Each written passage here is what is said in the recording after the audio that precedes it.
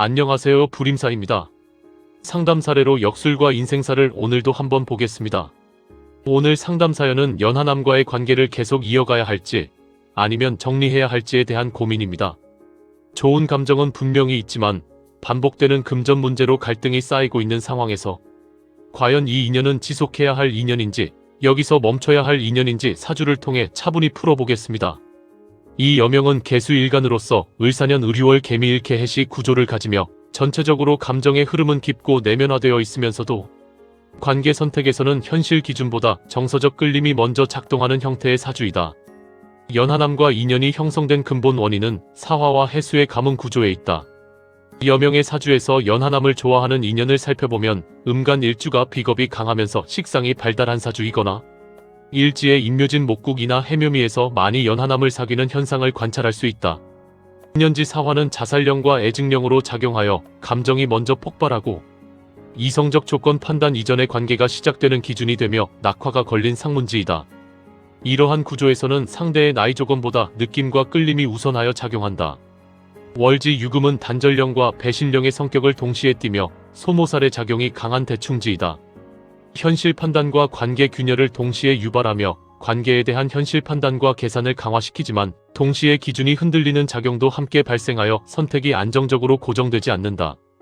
일지 미토는 조상령과 유산령으로 작용하여 관계를 쉽게 정리하지 못하고 정과 책임감으로 붙잡는 힘을 가지며 이탈지이다. 이탈지의 작용상 현재의 인연은 떨어져 나갈 공산이 크다. 시지 미토는 원할령과 혼재령 작용으로 해결지에 있다. 신년지사화의 낙화 상문지와의 충돌로 정리정돈과 관계의 재정립이 다소간의 이해관계의 충동을 거쳐서 마무리되는 구조로 봐야 한다. 이러한 전체 구조는 감정, 현실, 의리, 회복이 서로 충돌하면서 하나의 고정된 관계가 아니라 반복순환하는 관계 패턴을 형성한다. 병오년 유년 작용을 보면 병화와 오화의 강한 화기 상승으로 인해 이 사주의 재성 압력이 크게 증가하며 연애와 금전 문제 모두 동시에 과열된다. 홍란성이 발동하고 화기 과다는 개수일간에게 외부 관계의 유입을 즉 유흥과 소비를 증가시키는 동시에 감정 소비를 심화시키기 때문에 연하남과의 관계는 더욱 자극적으로 유지되지만 금전 문제 또한 더욱 직접적으로 표면화된다. 특히 유금과 오화의 관계는 홍란의 작용이지만 뱀띠에게는 폐욕지이다. 이러한 관계는 돈에 대한 계산과 감정이 동시에 충돌하면서 갈등이 반복적으로 발생하는 구조가 강화된다. 현재 대운 신묘는 이 구조를 더욱 복잡하게 만드는 핵심 축으로 작용한다. 신금은 인성으로서 판단력과 기준을 강화시키지만 동시에 관계를 정리하려는 냉정한 성향을 강화하고 묘목은 해묘미 목국의 상관작용으로 식상으로 작용하여 사람, 인연과 감정 흐름을 확장시키는 기능을 하지만 남자를 밀어내는 작용도 가져온다. 따라서 이 대운에서는 관계를 끊으려는 판단과 관계가 다시 확장되는 흐름이 동시에 발생하여 정리하려 할수록 인연이 더 붙는 구조가 형성된다. 특히 묘목의 작용은 연하남 인연을 강화시키는 요소로 작용하며 관계의 유입 자체를 증가시키는 방향으로 흐른다.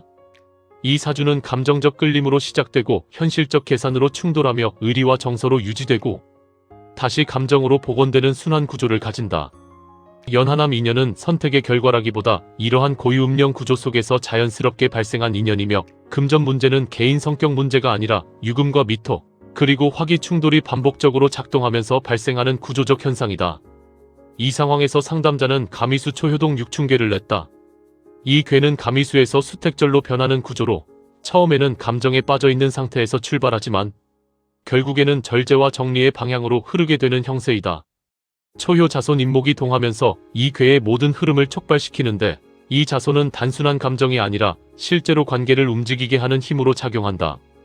이 자손 인목은 먼저 동효로서 변효를 만들어 처제 사화로 전환되며 이는 감정으로 시작된 관계가 곧바로 현실 문제, 특히 금전과 생활의 문제로 이어지는 구조임을 보여준다.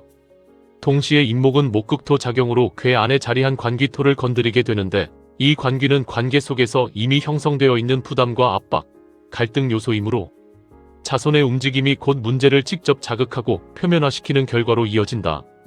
여기에 더해 인목은 목생화로 금전처제 사화를 생하게 되므로 현실 문제는 단순히 드러나는 데서 그치지 않고 점점 더 커지고 강화되는 방향으로 진행된다.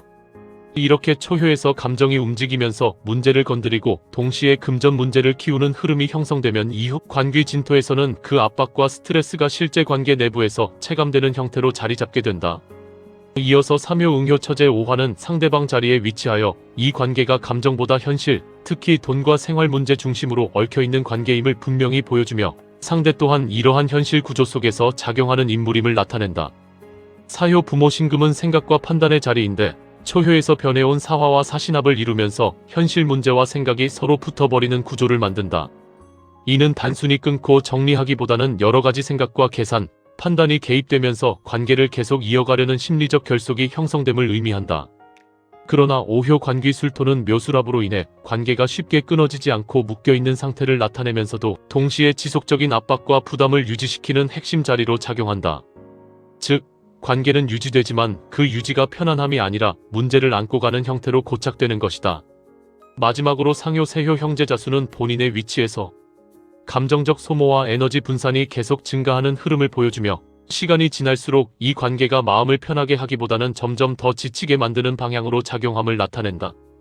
결국 이 괴는 초효 자손의 움직임에서 시작된 감정이 관귀를 건드려 문제를 드러내고 동시에 처제를 생하여 금전 문제를 확대시키며 이후 합과 관귀의 고착 구조 속에서 관계가 쉽게 끊어지지 않으면서도 계속 부담을 안고 가게 되는 흐름이다.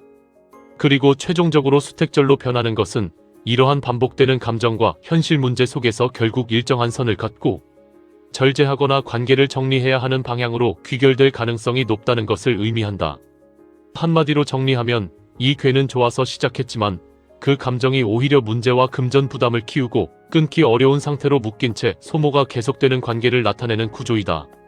결국 이 사주는 감정은 이어지지만 현실이 따라주지 않는 구조이고 6효 또한 절제와 정리의 방향을 분명히 가리키고 있습니다.